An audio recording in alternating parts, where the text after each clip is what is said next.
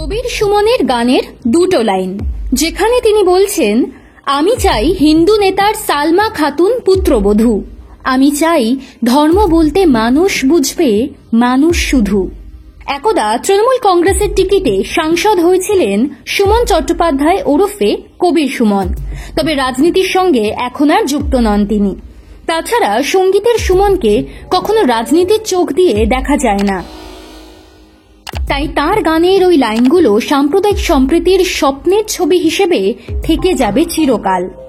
জাতের লড়াই চান না কেউই, সাম্প্রদায়িকতা মুক্ত দিন বদলের স্বপ্ন দেখেন যে কোনো শুভ বুদ্ধি সম্পন্ন মানুষই। তবে সিপিআইএম এর তরুণী নেত্রী দীপশিতা ধর যেন নিজের স্বপ্নের সরণিতে হেঁটে যেতে চান সব সময়। সেই কথা বিভিন্ন সময়ে সামনে এসে পড়ে নানান সময়। দুই ভিন্ন জাতের ভিন্ন বর্ণের এক যাওয়া তাকে তৃপ্তি দেয়। দীপশিতা তরুণী, তবে এই জীবনে দিন বদলের স্বপ্ন বাস্তব হয়ে ওঠা দুই অসম বর্ণের এক হয়ে যাওয়া দেখেছেন।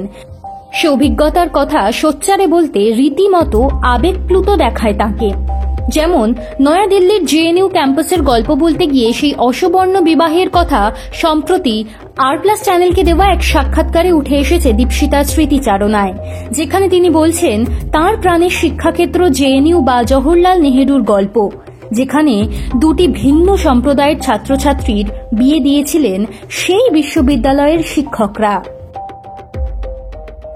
এখানেই শেষ নয়, বেশ কিছুদিন আগে হায়দ্রাবাদের এক অনুষ্ঠানে, বলা ভালো এক অভিনব বিয়ের অনুষ্ঠানের কথা নিজের সোশ্যাল মিডিয়া পোস্টে তুলে ধরেন দীপশিতা, যেখানে দুই ভিন্ন ধর্ম, দুই ভিন্ন সম্প্রদায়ের পাত্রপাত্রীর মধ্যে বিয়েতে হাজির ছিলেন তিনি।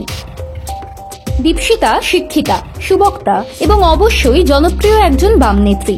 রাজনীতিতে নিজেদের প্রতিপক্ষ শিবিরকে বাক্যবাণে ফালা ফালা করে দিতে জানেন, অবশ্যই সেটা যুক্তির শানিত অস্ত্রে। আন্দোলনে পথে নামতে জানেন দীপশিতা, জানেন ব্যারিকেড ভাঙতে। এসবের পাশাপাশি একটা সাংস্কৃতিক মনও রয়েছে। তবে পুরো দস্তুর রাজনীতির পথ চাওয়াতেই আনন্দ তার। এমনিতে জাতপাতের রাজনীতির বিরুদ্ধে বরাবরই সরব দীপশিতা সহ সমগ্র বামপন্থী মানুষই। তবে এসবের বাইরে দীপশিতার স্বপ্ন যেন একটু বেশি। রঙিন সেই সমাজের স্বপ্ন দেখেন তিনি, যেখানে জাতের নামে যেমন বজ্জাতি দূর হবে, তেমন দুই ভালোবাসার মানুষকে যেন জাতের দোহাই দিয়ে পরস্পরের থেকে দূরে থাকতে না হয়।